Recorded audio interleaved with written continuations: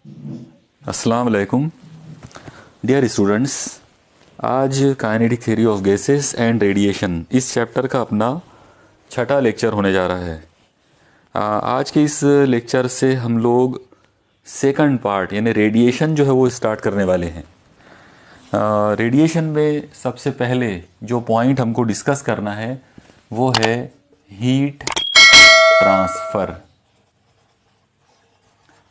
उर्दू में हम इसे कहते हैं इंतकाले हरारत। अब सबसे पहले तो हम इसी की तारीफ़ या इसका जो मीनिंग है वो समझ लेते हैं।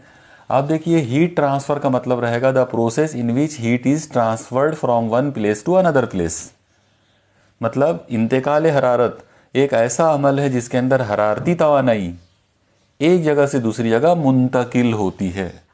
अगर हरारत एक जगह से दूसरी जगह मुंतकिल होती है, ट्रांसफ़र होती है, तो उस अमल को इंतकाल हरारत या हीट ट्रांसफ़र कहते हैं।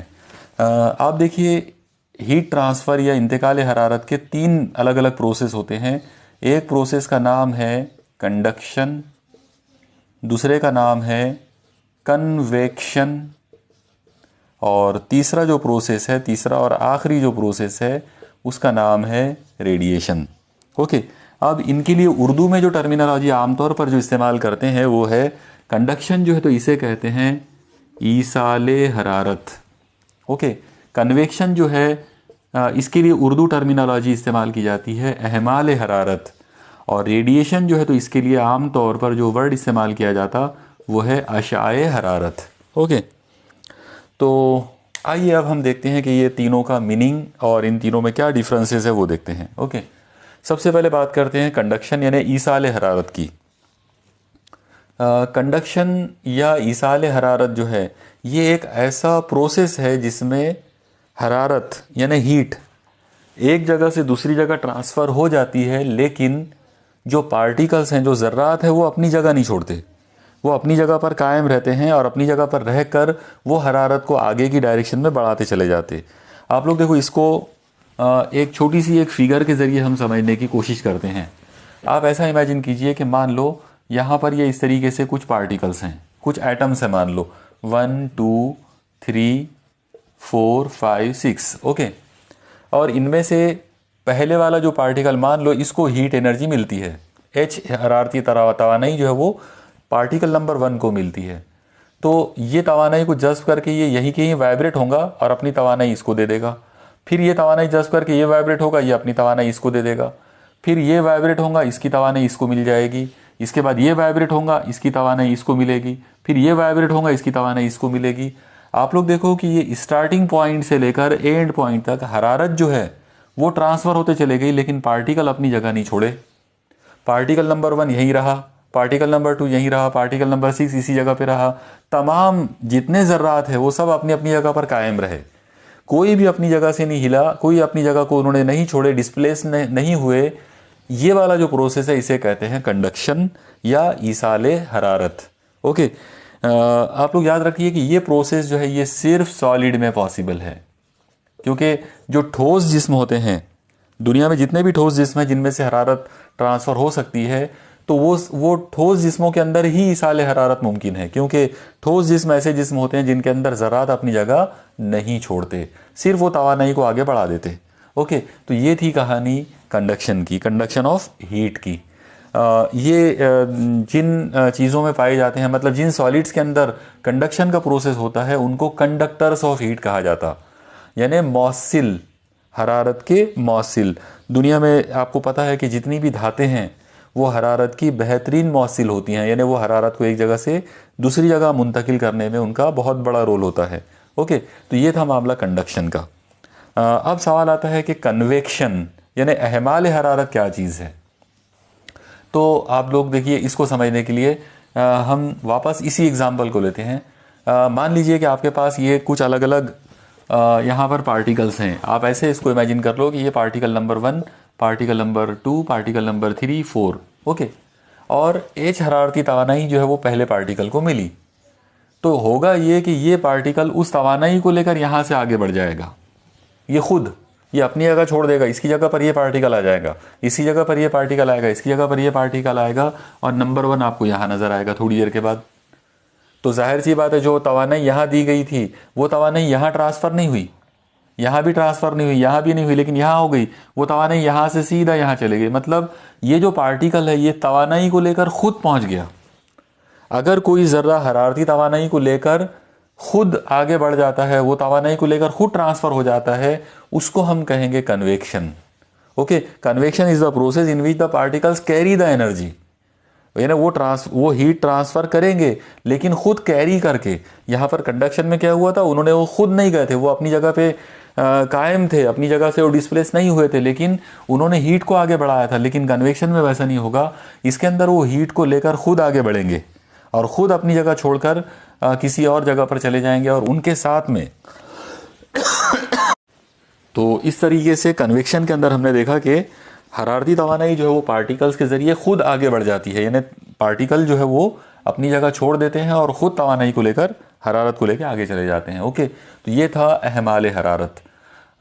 इसके बाद यहाँ पर हमको ये देखना है कि अहमाल हरारत यानी कन्वेक्शन कहाँ होता है। तो आप लोग याद रखिए, दुनिया की जितनी भी लिक्विड्स हैं, जितने भी माए हैं और जितने भी गैसेस हैं, तो उनके अंदर कन्वेक्शन होता है।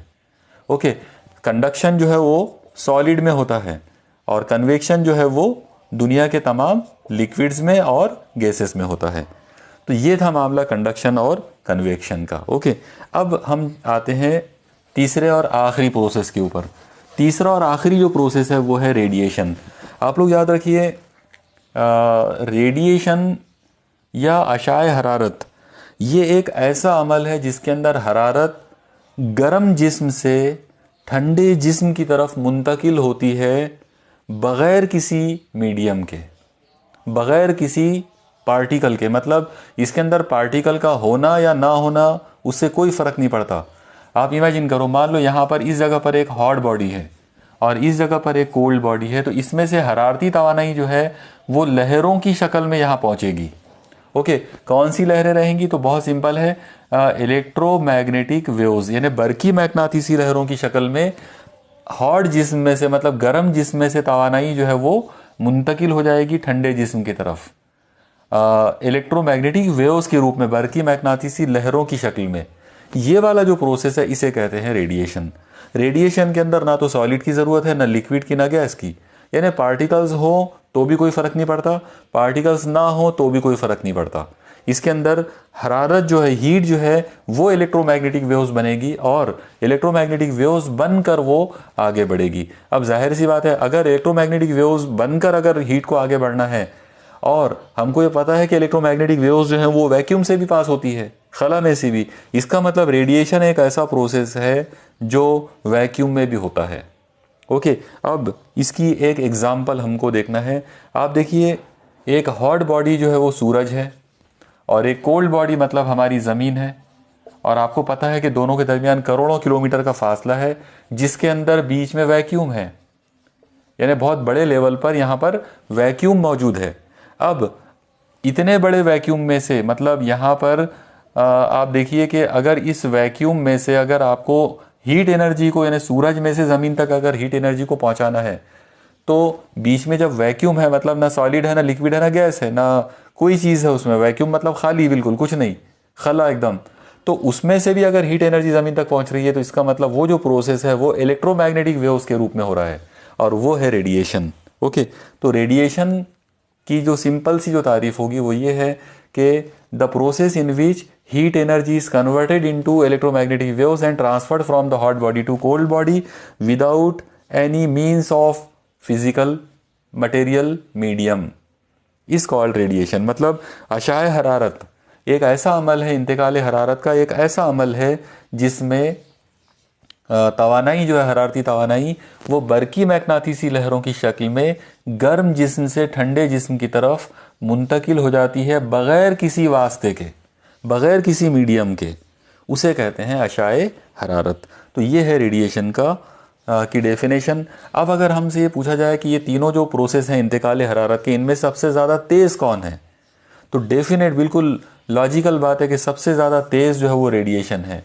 इसकी जो स्पीड है वो सबसे ज़्यादा फास्ट होगी और इसकी स्पीड होगी c = 3 × 10⁸ मीटर पर सेकंड। यानी नूर की स्पीड, जो रोशनी की, लाइट की जो स्पीड होती है, वो स्पीड जो है वो रेडिएशन की स्पीड होती है और उसी स्पीड के साथ में रेडिएशन जो है वो होता है। ओके, तो fastest process of transfer of heat is radiation. यानी इंतकाल हरारत का सबसे ज़्यादा तेज़ रफ्तार वाला जो अमल है वो आशाए हरारत है। ओके, तो मुझे यकीन है कि आपको ये इंट्रोडक्शन जो है वो समझ में आ गया होगा। अब हम यहाँ पर रेडिएशन के बारे में कुछ बात करने वाले हैं। आप देखिए, रेडिएशन के अंदर वो तमाम प्रोसेस, वो तमाम प्रॉपर्टीज़ या कैरेक्टरिस्टिक्स शामिल होती हैं जो लाइट में हो सकते हैं। यानी वो तमाम प्रोसेस जो लाइट के होते हैं वो रेडिएशन के होते हैं। तो सवाल ये आता है कि लाइट के कौन कौन से प्रोसेस हैं। तो पहले मैं आपको एकदम शॉर्ट में लाइट के कुछ प्रोसेस बताता हूँ। ओके, आप ऐसा इमेजिन कीजिए, मान लो आपने एक ग्लास स्लैब लिए, मतलब कांच का एक टुकड़ा लिए। सपोज करो कि यहाँ पर ये एक कांच का एक मुस्ततील है, कांच का एक टुकड़ा है मान लो। ओके, और अब हम एक काम करेंगे, सपोज करते हैं कि इस पर लाइट की एक किरण जो है वो इसके ऊपर डाले। ओके, यहाँ पर इस जगह पर हमने लाइट जो है वो उसकी एक शुआ, एक रे जो है, लाइट की एक किरण इसके ऊपर डाले। तो सवाल ये होगा कि इस लाइट की किरण का यहाँ क्या होगा। तो कांच के टुकड़े के ऊपर जब आप रोशनी की एक किरण डालेंगे तो सबसे पहला प्रोसेस ये होगा कि वो टकरा कर ये साइड में इधर चले जाएगा, पहला प्रोसेस। ये वाला जो प्रोसेस है इसे हम कहेंगे रिफ्लेक्शन। ओके, उर्दू में हम इसे कहेंगे इनेकास, यानी नूर की शुआ का मुनकिस हो जाना, इनेकास हो जाना। तो यहाँ पर रिफ्लेक्शन हुआ यानी इनेकास हो गया। ओके, ये पहला काम हो गया। दूसरी जो चीज़ इसके अंदर हो सकती है वो ये है कि ये जो किरण है ये अंदर आने के बाद ऐसी थोड़ी सी डेविएट हो जाएगी, थोड़ी सी तिरछी हो जाएगी। थोड़ा सा तिरछा होकर अंदर आने का जो प्रोसेस है इसे हम कहेंगे refraction, refraction of light. Urdu में हम इसे कहेंगे इन्हेराफ या इनेताफ। दो नाम है उसके, इनेताफ भी कह सकते हैं और इन्हेराफ भी कह सकते हैं। ओके, तो ये वाला अमल हो गया, यानी ये जो लाइट की जो किरण थी वो अंदर आई और अंदर आकर वो मुनहरिफ हो गई, उसका रिफ्रैक्शन हो गया। यहाँ पर आप लोग याद रखिए कि एक और चीज़ हो सकती है, इस जगह पर आने के बाद लाइट की जो किरण है वो बाहर निकल जाएगी, और अगर वो बाहर निकल जाती है तो इसे हम कहते हैं, इस जगह पर हम उसे कहेंगे emergence. Okay, emergence of light. Emergence को हम उर्दू में कहेंगे इखराज, यानी नूर की जो शुआ है वो इसमें से खारिज हो गई है, बाहर निकल गई है। ओके, तो जब ये डायग्राम को आप बहुत अच्छे से ध्यान में रखिए, क्योंकि ये इस चीज़ को, यानी इस पूरे रेडिएशन को समझने के लिए बहुत आसान होगा आपके लिए। आप लोग देखिए, सबसे पहले हमने क्या किया, कांच का एक टुकड़ा लिए, उसके ऊपर लाइट की एक किरण डाले, पता चला कि उसका कुछ पार्ट रिफ्लेक्ट होकर बाहर चला गया, यानी रिफ्लेक्शन हो गया। कुछ पार्ट अंदर चला गया, यानी उसका कुछ हिस्सा अंदर गया, उसको हमने रिफ्रैक्शन का नाम दिए। फिर अंदर आने के बाद वो बाहर निकल गया, हमने उसको इमरजेंस का नाम दे दिए। तो ये लाइट इंसिडेंट हुआ, इंसिडेंट हुआ मतलब वाक़े हुआ, यानी डाले। फिर वो रिफ्लेक्ट हुआ यानी मुनकिस हो गया। फिर उसका रिफ्रैक्शन हुआ मतलब इनराफ हुआ। फिर वो अंदर आकर बाहर निकल गया, हमने उसको इमरजेंस बोल दिए, यानी वो खारिज हो गया या उसका इखराज हो गया। ओके, ये तीन अमल होते हैं लाइट के साथ में। अब आप देखिए क्या होगा। अभी मैंने आपको बताया कि रेडिएशन के प्रोसेस में हीट जो है, हीट एनर्जी जो है वो इलेक्ट्रोमैग्नेटिक वेव बन जाती है, और इलेक्ट्रोमैग्नेटिक वेव जो है उसकी सबसे बेस्ट एग्जांपल लाइट है। इसका मतलब ये हुआ कि लाइट के जो प्रोसेस है वो हीट के प्रोसेस होंगे। तो अब हम यहाँ पर एक नया काम ये करेंगे, आप ऐसा इमेजिन करो कि हमने अब लाइट नहीं लिए बल्कि हमने यहाँ पर हीट ले लिए। ओके, यानी यहाँ पर आपने हरारत लिए। ओके, इस जगह पर हमने हरारती तवानाई ली, हरारत लिए, और अब हरारत की एक किरण इसके ऊपर डाले। ओके, आप उसको ऐसा इमेजिन कर लो थोड़ी देर के लिए, जैसे मैंने लाइट की किरण डाला था वैसे अब यहाँ पर मैं हरारत की एक किरण इसके ऊपर डालूंगा। तो जब ये इसके ऊपर मैं एक हीट एनर्जी जब इसके ऊपर मैं डालूंगा तो पहला प्रोसेस तो यही होने वाला है, रिफ्लेक्शन यानी इनेकास। उस हरारत का कुछ हिस्सा जो है वो इधर इनेकास करके चले जाएगा। अब यहाँ पर कुछ हरारत अंदर आ जाएगी। लाइट था तो वो थोड़ी सी तिरछी होकर गई थी, हमने उसका नाम रिफ्रैक्शन रखे थे। इन्हिराफ रखे थे, लेकिन हरारत के मामले में हम यहाँ पर उसको कुछ और नाम दे देंगे। यहाँ पर हम ये बोलेंगे कि उस हीट का एब्जॉर्प्शन हुआ, यानी उसका इंजेज़ाब हुआ, यानी वो जज्ब हो गई। हरारत जो है वो यहाँ पर क्या हुई, पहले मुनकिस हुई, कुछ हिस्सा उसका मुनकिस हुआ, और बाकी हरारत जो है वो अंदर जज्ब हो गई, मतलब उस बॉडी के अंदर आ गई। फिर जज्ब होने के बाद आगे क्या होगा, तो जैसे लाइट अंदर आने के बाद बाहर निकल गया था, तो वैसे इसका भी होगा। यहाँ पर एक नया नाम हम लोग रखेंगे, जिसको हमने लाइट में हमने इमर्जेंस बोले थे, हम लोग यहाँ पर ट्रांसमिशन बोलेंगे। हरारत अंदर आने के बाद, यानी हीट अंदर आने के बाद बाहर जाएगी, उसका नाम रहेगा ट्रांसमिशन।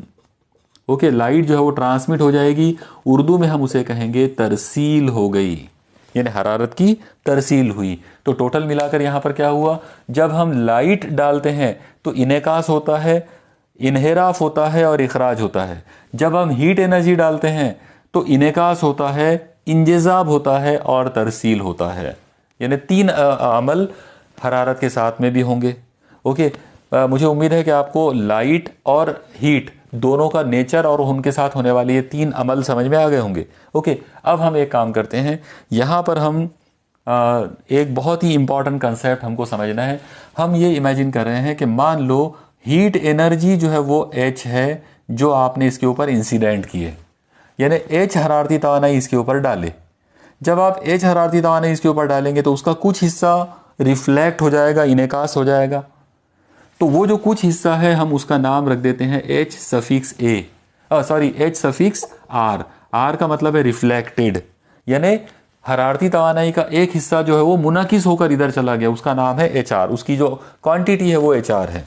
ओके, मान लो कि इसका कुछ हिस्सा जो जज्ब हो गया, तो हम लोग एक काम करेंगे, उसका नाम रख देंगे HA, मतलब HA हरारत जो है वो अंदर जज्ब हो गई। ओके, और अंदर जज्ब होने के बाद हरारत बाहर निकल गई, हम उसका नाम रखेंगे HT। HT का मतलब है ट्रांसमिटेड हीट, मतलब H हरारती तवानाई जब किसी जिस्म के ऊपर डालते हैं तब उस जिस्म के अंदर उसका एक हिस्सा रिफ्लेक्ट हो जाता, एक हिस्सा जज्ब हो जाता और कुछ हिस्सा जो है वो ट्रांसमिट होकर बाहर निकल जाता है। ओके, अब आप लोग एक चीज़ देखो कि ये जो H हरारती तवानाई है, इसके ये तीन हिस्से हुए हैं। इसका मतलब आप लोग यहाँ पर एक इक्वेशन बना सकते हैं, और इक्वेशन ऐसी होगी कि ये जो H हरारती तवानाई है, it is equal to HR plus HA plus HT। आप लोग देखो, इसको, इसको और इसको अगर आप इन तीन टुकड़ों को आपस में ऐड करेंगे तो आपको ये मिल जाएगा, क्योंकि इसी के ये तीन हिस्से हैं। इसी को आपने बेस बना, मतलब इसी को आपने इंसिडेंट करे, इसके तीन टुकड़े हो गए, कुछ इधर चला गया, कुछ अंदर गया, कुछ इधर चला गया। इसका मतलब इन तीनों का जो सम है वो इसके बराबर आएगा। तो H इज इक्वल टू क्या आएगा, HR plus HA plus HT। Okay, मुझे उम्मीद है आपको ये कंसेप्ट ध्यान में आया होगा। अब हम यहाँ पर एक और चीज़ कर सकते हैं, और वो ये है कि हरारत के यानी हीट एनर्जी के ये जो तीन अलग अलग जो टुकड़े हुए, इन तीनों टुकड़ों के लिए तीन अलग अलग कोएफिशिएंट्स हम लोग बना सकते हैं। ओके, आप लोग देखिए कौन से तीन कोएफिशिएंट बनेंगे, तो मैं आपको बहुत सिंपल वे में समझाने की कोशिश करता हूँ। पहले हम एक काम करेंगे कि ये जो हरारती तवानाई जो रिफ्लेक्ट हुई, इसका हम रेशो ले लेंगे टोटल हीट एनर्जी के साथ में, मतलब जो इंसिडेंट एनर्जी हुई, यानी क्या बोलना है यहाँ पर HR, इसका रेशो लेंगे H के साथ में। ओके, तो ये हमको एक रेशो मिल गया। ऐसी जो जज्ब हुई, जो एब्जॉर्ब हुई, हम लोग क्या करेंगे, एब्जॉर्ब होने वाली हीट और दी जाने वाली हीट, इंसिडेंट होने वाली हीट, दोनों का रेशो निकालेंगे। ये हमारे पास रेशो नंबर 2 आ गया। एक रेशो हम लोग और बना सकते हैं, और वो ये वाला रहेगा HT अपॉन H। आप लोग देखो, HT मतलब जो ट्रांसमिट हुई, उसको हमने दी जाने वाली हरारत यानी दी जाने वाली हीट के साथ में उसका रेशो निकाल लिया। तो इसका मतलब ये हुआ कि दुनिया में किसी भी जिस्म के साथ में, दुनिया में आप कोई भी बॉडी लो, उसके साथ में आप ये तीन रेशो बना सकते हैं। एक रिफ्लेक्टेड हीट का इंसिडेंट हीट के साथ, एक एब्जॉर्ब्ड हीट का इंसिडेंट हीट के साथ, और एक ट्रांसमिटेड हीट का इंसिडेंट हीट के साथ में। ओके, ये जो तीन अलग अलग जो रेशो है, इन तीनों रेशोज को कोएफिशिएंट्स कहा जाता। ओके, ये तीनों अलग अलग जो हैं ये कोएफिशिएंट्स हैं। इसके बारे में अगर नाम रखना है, इसको हम बोलेंगे कोएफिशिएंट ऑफ रिफ्लेक्शन, क्योंकि यहाँ पे रिफ्लेक्ट हुआ। ओके, इसको हम लोग बोलेंगे कोएफिशिएंट ऑफ एब्जॉर्प्शन, और इसको हम लोग बोलेंगे coefficient of transmission. Okay, clear. यानी यहाँ पर हमारे पास तीन अलग अलग तरह के कोएफिशिएंट जो है वो बनने वाले हैं। तो आइए अब हम देखते हैं कि ये तीनों जो कोएफिशिएंट है, थोड़ा सा हम इनकी डिटेल्स देख लेते हैं। पहले सबसे पहले हम लोग यहाँ पर number 1 coefficient of reflection. Okay, अब ये जो नाम है कोएफिशिएंट ऑफ रिफ्लेक्शन, इसको एक नाम और भी दिया गया है और वो नाम है रिफ्लेक्टेंस। शॉर्ट में इसको रिफ्लेक्टेंस या रिफ्लेक्टिविटी भी कह सकते हैं। ओके, यानी इसको अल्टरनेट जो नाम है वो है रिफ्लेक्टिविटी। ओके, अब उर्दू में हम इसे कहेंगे रिफ्लेक्शन जो है उसे कहेंगे इनेकास। ओके, और कोएफिशिएंट को आमतौर पे ज़रीब कहते हैं, इसलिए इसे हम कहेंगे इनेकास का ज़रीब या इनेकासी ज़रीब। ओके, इनेकास का ज़रीब या इनेकासी ज़रीब। अगर हमको रिफ्लेक्टेंस या रिफ्लेक्टिविटी के रूप में अगर इसको कोई नाम अगर देना हो तो हम इसको यहाँ पर इनेकासी ज़रीब जो है ये तो उसका एक नाम हो ही गया है। इसको हम उर्दू में एक नाम और बना सकते हैं इसके लिए, और वो होगा इनेकासी कद्र। ओके, इनेकासी कद्र यानी ज़रीब जो है वो एक्चुअली एक नंबर होता है, एक ख़ास मिकदार होती है, इसलिए उसको कद्र भी कह सकते हैं। ओके, तो ये अलग अलग उसका मतलब तरीका है। अगर हम रिफ्लेक्टेंस और रिफ्लेक्टिविटी के रूप में अगर कोई उर्दू में नाम बनाना चाहें तो हम उसको इनेकासियत भी नाम दे सकते हैं। मतलब ये अलग अलग टाइप के नाम हो सकते हैं। इनेकासियत रिफ्लेक्टेंस या रिफ्लेक्टिविटी के मुनासिबत से ज़्यादा मेल खाता है। अब इनकी तारीफ़ें हमको देखना है, तो आप देखो सबसे पहले कोएफिशिएंट ऑफ रिफ्लेक्शन या रिफ्लेक्टिविटी या रिफ्लेक्टेंस, ये जो चीज़ है इसको हम शॉर्ट में यानी अलामत के तौर पर R से डिनोट करेंगे और इसका फॉर्मूला रहेगा HR/H, जैसा मैंने अभी आपको बताया था। HR का मतलब है हीट एनर्जी रिफ्लेक्टेड और H का मतलब है हीट एनर्जी इंसिडेंट। तो तारीफ़ क्या होगी? एकदम आसान सी तारीफ़ है। इनेकास का जो ज़रीब है वो हमेशा मुनकिस होने वाली हरारती तवानाई और वाक़े होने वाली हरारती तवानाई का तनासुब होता है। ओके, एक बार फिर से आप सुनो, मुनकिस होने वाली हरारती तवानाई और वाक़े होने वाली हरारती तवानाई का जो तनासुब है वो मुस्तकिल होता है और उसे R से ज़ाहिर कहते हैं। उसको हम लोग कोएफिशिएंट ऑफ रिफ्लेक्शन कहते हैं और उसकी जो अलामत है यानी उसको जो हम ज़ाहिर करेंगे वो R से ज़ाहिर करेंगे। ओके, यहाँ पर आप लोग एक चीज़ देखो कि अगर मैंने इसको जूल में अगर एक्सप्रेस किया और इसको भी जूल में किया तो जूल अपॉन जूल कैंसिल हो जाएगा। इसका मतलब ये जो चीज़ है तो ये यूनिट लेस है। ओके, इसकी कोई इकाई पॉसिबल नहीं है। साथ ही साथ जो तबई मिकदार ऊपर है वही तबई मिकदार नीचे है, मतलब जो सेम फिजिकल क्वांटिटी का रेशो है, इसी वजह से इसका कोई डायमेंशन भी नहीं है। तो ये डायमेंशन लेस भी है। तो यूनिट लेस भी है और डायमेंशन लेस भी है। ओके, यूनिट लेस का मतलब है ऐसी चीज़ जिसकी इकाई ना हो, और डायमेंशन लेस का मतलब होता है ऐसी चीज़ जिसका आबाद पॉसिबल ना हो, जो गैर आबादी होता है, गैर बुआदी होता है, डायमेंशन लेस होता है। तो ये हो गया कोएफिशिएंट ऑफ रिफ्लेक्शन के बारे में। ओके, अब हम चलते हैं अगली रिफ्लेक्शन की तरफ, अगले टॉपिक की तरफ। अगला जो टॉपिक हमारा रहेगा वो रहेगा कोएफिशिएंट ऑफ एब्जॉर्प्शन। ओके, अब इंग्लिश में दूसरा उसका जो नाम हम लोग यहाँ पे रख सकते हैं वो नाम रहेगा एब्जॉर्प्टेंस, या एक नाम हम उसका ये भी रख सकते हैं एब्जॉर्प्टिविटी। ओके, इस तरीके से 3 अलग अलग नाम हम रख सकते हैं। उर्दू में हम इसका नाम रखेंगे इंजेज़ाब का ज़रीब। ओके, उर्दू में क्या नाम रहेगा? इंजेज़ाब का ज़रीब या इंजेज़ाबी ज़रीब या इंजेज़ाबियत। ओके, आप उसको इंजेज़ाबियत के तौर पर भी याद रखिए। तो ये अलग अलग नाम हम उर्दू में रखते हैं। अब सवाल ये आएगा कि इसकी डेफिनेशन क्या होगी? तो एकदम सिंपल सी डेफिनेशन है। सबसे पहले क्योंकि ये कोएफिशिएंट ऑफ एब्जॉर्प्शन है, इसको हम स्मॉल a की अलामत दे देंगे। याद रखें ये एक्सेलरेशन नहीं है यहाँ पर, ये स्मॉल a जो है ये कोएफिशिएंट ऑफ एब्जॉर्प्शन है और इसका फॉर्मूला रहेगा HA/H। यहाँ पर HA का मतलब है अमाउंट ऑफ हीट एब्जॉर्ब्ड, यानी उस जिस्म के अंदर जो तवानाई जज्ब हुई उसकी मिकदार और उसका रेशो कैसे ले रहे? टोटल हीट इंसिडेंट, जो हरारत आपने उसके ऊपर डाले, वकू पजीर किए, उसका। तो HA/H ratio of heat energy absorbed by the body to the incident heat is called coefficient of absorption, यानी इंजेज़ाब का ज़रीब जो है वो हरारती जज्ब होने वाली हरारती तवानाई और दी जाने वाली कुल हरारती तवानाई का तनासुब। फिर से मामला वही आएगा कि यहाँ पर ऊपर भी हीट है नीचे भी हीट है, तो जूल अपॉन जूल या kilo calories upon kilo calories, और इस तरह से यूनिटलेस हो जाएगा, मतलब ऊपर वाली यूनिट से नीचे वाली यूनिट कैंसिल हो जाएगी, तो ये भी यूनिटलेस हो जाएगा और डायमेंशनलेस हो जाएगा। ओके, ये हो गया कोएफिशिएंट ऑफ एब्जॉर्प्शन के बारे में। अब जाहिर है तीसरा एक प्रोसेस और भी था, तो जो तीसरा प्रोसेस जो है तो उसके अंदर हम लोग बोलेंगे coefficient of transmission. Okay, transmission English में इसके लिए जो दूसरे जो नाम आ सकते हैं वो रहेगा ट्रांसमिटेंस, या फिर हम उसे ट्रांसमिटिविटी भी कह सकते हैं। ओके, इस तरह से अलग अलग नाम उसको दिए जा सकते हैं। अब ये जो मैंने अलग अलग जो नाम यहाँ पे आपको बताया, उर्दू में हम इसका नाम रखेंगे तरसील का ज़रीब। ओके, उर्दू में नाम रहेगा तरसील का ज़रीब या तरसीली ज़रीब या तरसीलियत, अलग अलग नाम। ट्रांसमिटेंस पर से उसका नाम तरसीलियत भी बन सकता है। ओके, अब इसकी डेफिनेशन पर से इसका फॉर्मूला बना ले, मतलब इसका जो कंसेप्ट है वो बना लेते हैं। इसकी अलामत हम लोग बनाएंगे स्मॉल टी, क्योंकि ये ट्रांसमिशन की बात हो रही है, और फॉर्मूला बनेगा HT अपॉन H। यहाँ पर H सफिक्स T का मतलब है heat energy transmitted by the body, और H का मतलब है total heat incident on the body. Okay, मतलब तरसील का ज़रीब होता है जिस्म से तरसील शुदा हरारती तवानाई और उस जिस्म को दी जाने वाली कुल हरारती तवानाई का तनासुब। जाहिर है ये भी यूनिटलेस होगा और डायमेंशनलेस होगा। ओके, तो ये था मामला तीन अलग अलग कोएफिशिएंट्स का। अब सवाल ये आता है कि क्या ये तीन जो कोएफिशिएंट्स हैं इनमें आपस में कोई रिलेशन है?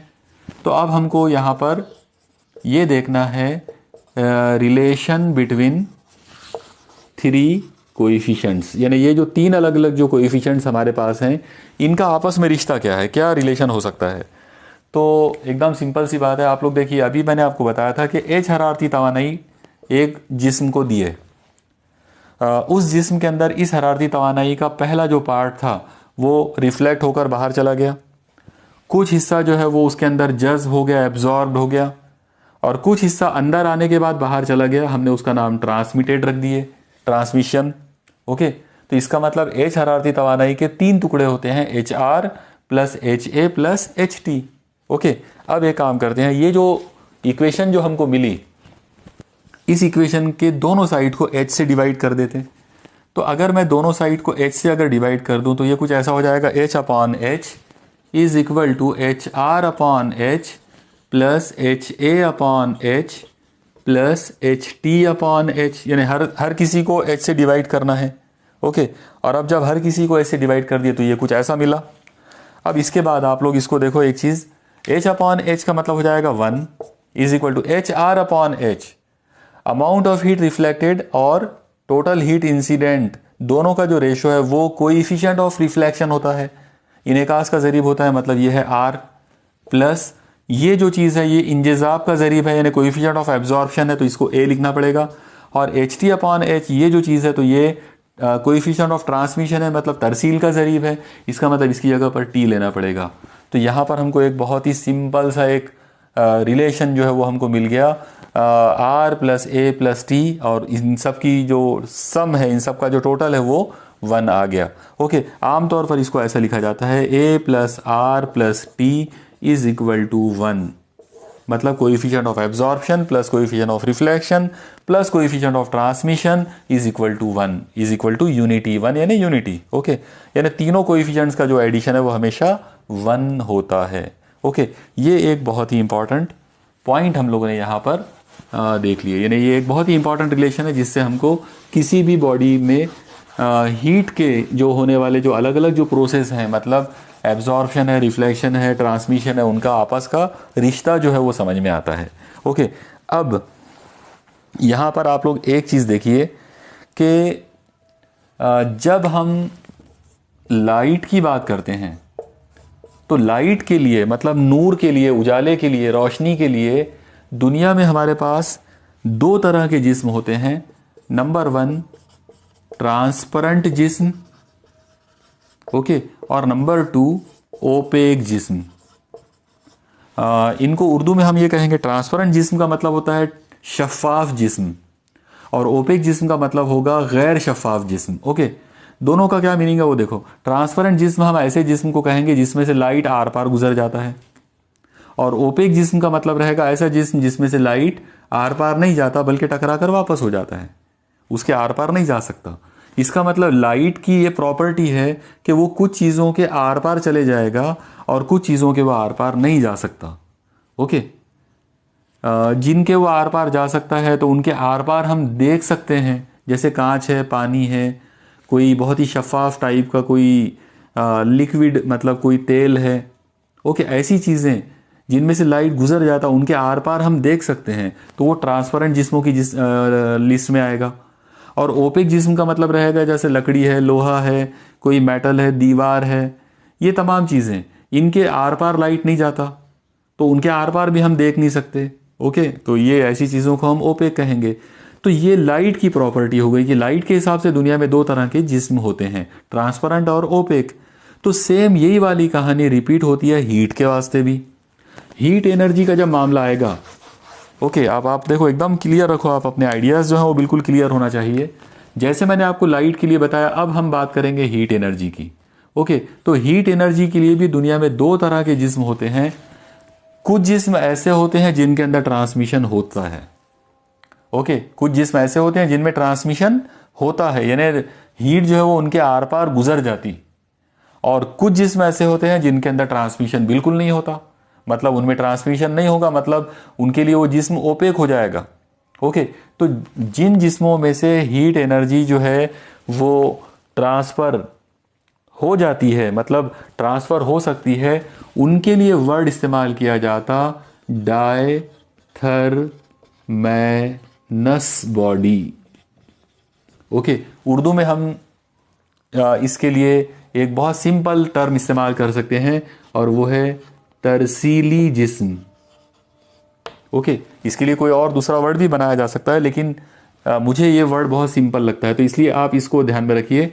डायथरमैनस बॉडी मतलब तरसीली जिस्म, उर्दू के नाम से समझ में आ जाता ऐसा जिस्म जिसमें से तरसील हो सकता है।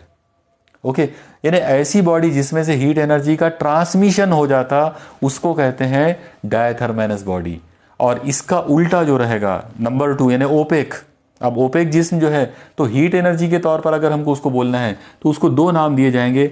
एक नाम रहेगा अडायथरमैनस बॉडी, मतलब इससे पहले आ लगा दो, या फिर दूसरा तरीका रहेगा कि ये डाय हटा दो। अगर डाय हटा दिया जाए तो इसका नाम हो जाएगा एथरमैनस बॉडी। ओके, एथरमैनस बॉडी का मतलब उर्दू में हम उसका नाम रख देंगे गैर तरसीली जिस्म। ओके, तरसीली जिस्म यानी डायथरमैनस बॉडी, और एथरमैनस बॉडी मतलब गैर तरसीली जिस्म। ओके, डेफिनेशन एकदम सीधी और सादी रहेगी। तरसीली जिस्म, डायथरमैनस बॉडी, ऐसे जिस्म जिसमें से तरसील हो सकता है, ऐसे जिस्म, ऐसी बॉडी जिनमें से ट्रांसमिशन हो सकता है, उनको डायथरमैनस बॉडी कहेंगे। ओके, और डेफिनेटली ऐसे जिस्म जिनमें से हीट एनर्जी का ट्रांसमिशन नहीं होगा, तरसील नहीं होगा, उनको हम उर्दू में कहेंगे गैर तरसीली जिस्म, इंग्लिश में कहेंगे एथरमैनस बॉडी। ओके, अब सवाल ये आता है कि ये जो दो अलग अलग जो जिस्म है, तो इनकी हम थोड़ी सी और आगे मतलब इनके बारे में और ज़्यादा हम स्टडी कर सकते हैं। तो चलिए सबसे पहले हम बात करेंगे डायथरमैनस की। डेफिनेशन आने के बाद सबसे पहला मामला, सबसे पहले हम चलो यहाँ पर ले लेते हैं डायथरमैनस बॉडी। ओके, मतलब तरसीली जिस्म। तो ऐसे लोग जिनमें से तरसील होता है। अब अगर तरसील होता है, इसका मतलब ये हुआ कि इनके अंदर कोएफिशिएंट ऑफ ट्रांसमिशन होगा। ओके, और अगर इनके अंदर अगर कोएफिशिएंट ऑफ ट्रांसमिशन अगर है, तो कोएफिशिएंट ऑफ ट्रांसमिशन की जो वैल्यू इनके अंदर आएगी वो कुछ ना कुछ आएगी। इसका मतलब ये है कि कोएफिशिएंट ऑफ ट्रांसमिशन 0 नहीं होगा। ओके, यानी इनके अंदर सबसे खास बात क्या होगी कि ट्रांसमिशन जो है, ट्रांसमिशन कुछ ना कुछ होना है, और अगर कुछ ना कुछ ट्रांसमिशन हुआ तो इसका मतलब ये है कि इन जिस्मों के अंदर कोएफिशिएंट ऑफ ट्रांसमिशन की वैल्यू जो है वो कुछ तो भी आएगी, समथिंग पॉजिटिव। ओके, 0 नहीं होगा। ओके, अब सवाल ये आता है कि ऐसे जिस्मों के बारे में ख़ास बात और कुछ हो सकती है क्या? तो यहाँ पर आप याद रखिए ऐसे जिस्म जो हैं जो मतलब डायथरमैनस होते हैं, तरसीली जिस्म होते हैं जिनमें से हीट एनर्जी ट्रांसमिट हो सकती, ऐसे लोग ना तो बहुत अच्छे रिफ्लेक्टर होते हैं और ना बहुत अच्छे एब्जॉर्बर होते हैं। मतलब ना तो ये हीट एनर्जी को बहुत अच्छे से जज्ब कर सकते और ना ये हीट एनर्जी को बहुत अच्छे से मुनकिस कर सकते हैं। ये दरमियानी लोग होते हैं। ना ये बहुत अच्छा एब्जॉर्प्शन करेंगे, ना ये बहुत अच्छा रिफ्लेक्ट करेंगे। मतलब ना ये इंजज़ाब अच्छा कर सकते हैं, ना ये इनेकास अच्छा कर सकते हैं। ये तीनों काम करेंगे, मतलब ये इंजज़ाब भी करेंगे, इनेकास भी करेंगे, तरसील भी करेंगे, यानी सब कुछ इनके अंदर पॉसिबल है। ओके, अब यहाँ सवाल आएगा कि इनकी मिसालें क्या क्या हैं। तो आप लोग याद रखिए इनकी बहुत सारी मिसालें हो सकती हैं, जैसे कांच, गिलास। कांच के अलावा क्वार्ट्ज जो क्रिस्टल होता है तो वो एक बेहतरीन डायथरमैनस बॉडी है। उसके अलावा सोडियम क्लोराइड मतलब अपना जो आम नमक है वो भी डायथरमैनस बॉडी है। उसके अलावा हाइड्रोजन, ऑक्सीजन, और जहाँ तक हवा का ताल्लुक है तो याद रखो खुश्क हवा, ड्राई एयर, मतलब ऐसी हवा जिसके अंदर मॉइस्चर ना हो, जिसके अंदर पानी के बुखारात मिले हुए ना हो। जिसके अंदर अगर पानी मिल जाता है तो वो मॉइस्ट एयर हो जाएगी, तो वो नहीं चलेगा।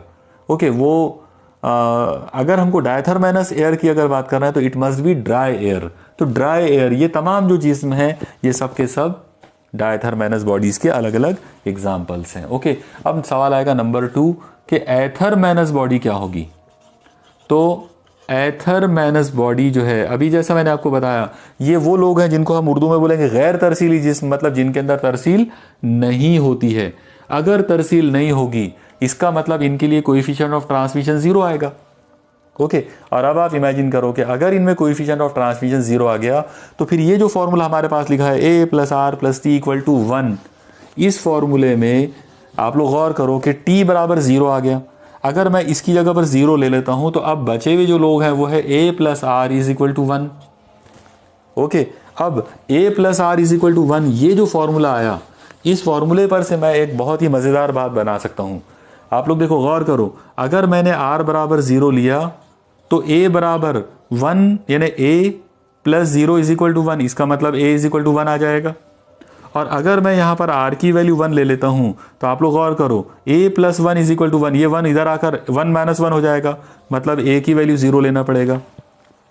ओके, ये तमाम पॉसिबिलिटी उसी वक्त है जब हम T = 0 लेते हैं। तो अगर मैंने T = 0 ले लिया तो एक कंडीशन आएगी कि R अगर 0 है तो A 1 हो जाएगा, और R अगर 1 है तो A 0 हो जाएगा।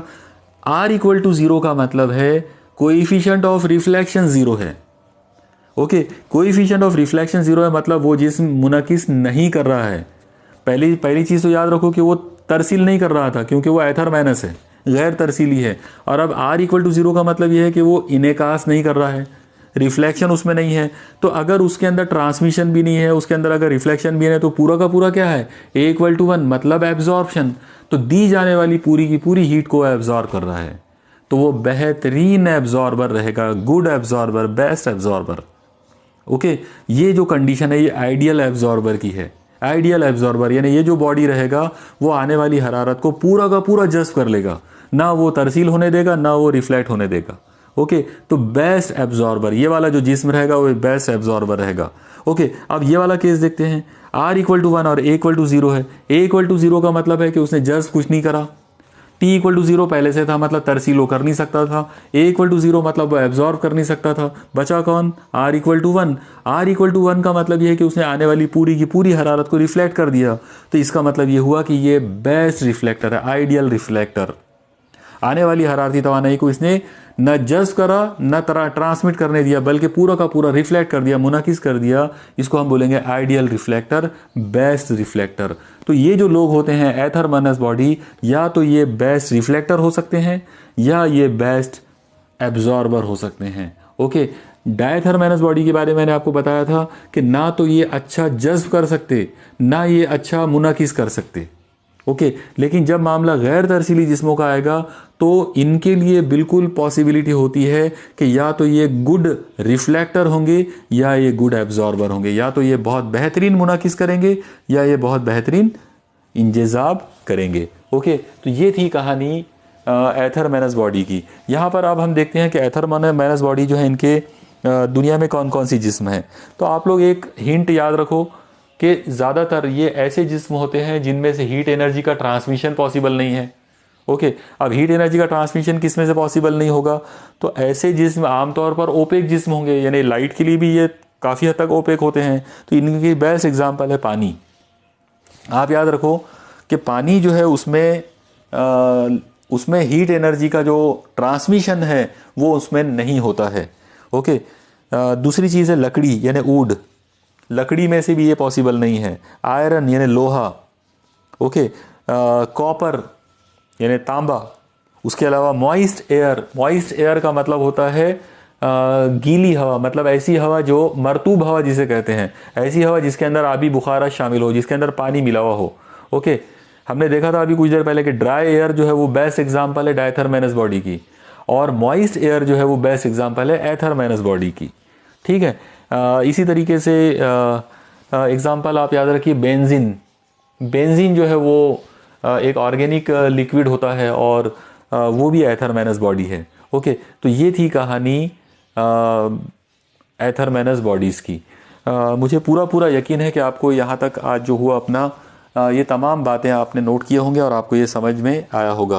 अब हम आगे वाले इसके बाद वाला जो लेक्चर रहेगा उसके अंदर हम ये देखेंगे कि दुनिया में बेस्ट एब्जॉर्बर कौन से जिस्म होते हैं और उनमें क्या खासियत होती है, कौन सी ऐसी ख़ास बात होती हैं जो बेस्ट एब्जॉर्बर की हो सकती हैं। ओके, चलिए ठीक है, आज हम अपने इस लेक्चर को यहीं पर अब रोक देते हैं। आज के तमाम पॉइंट्स आप लोग नोट कीजिए और स्टडी करते रहिए।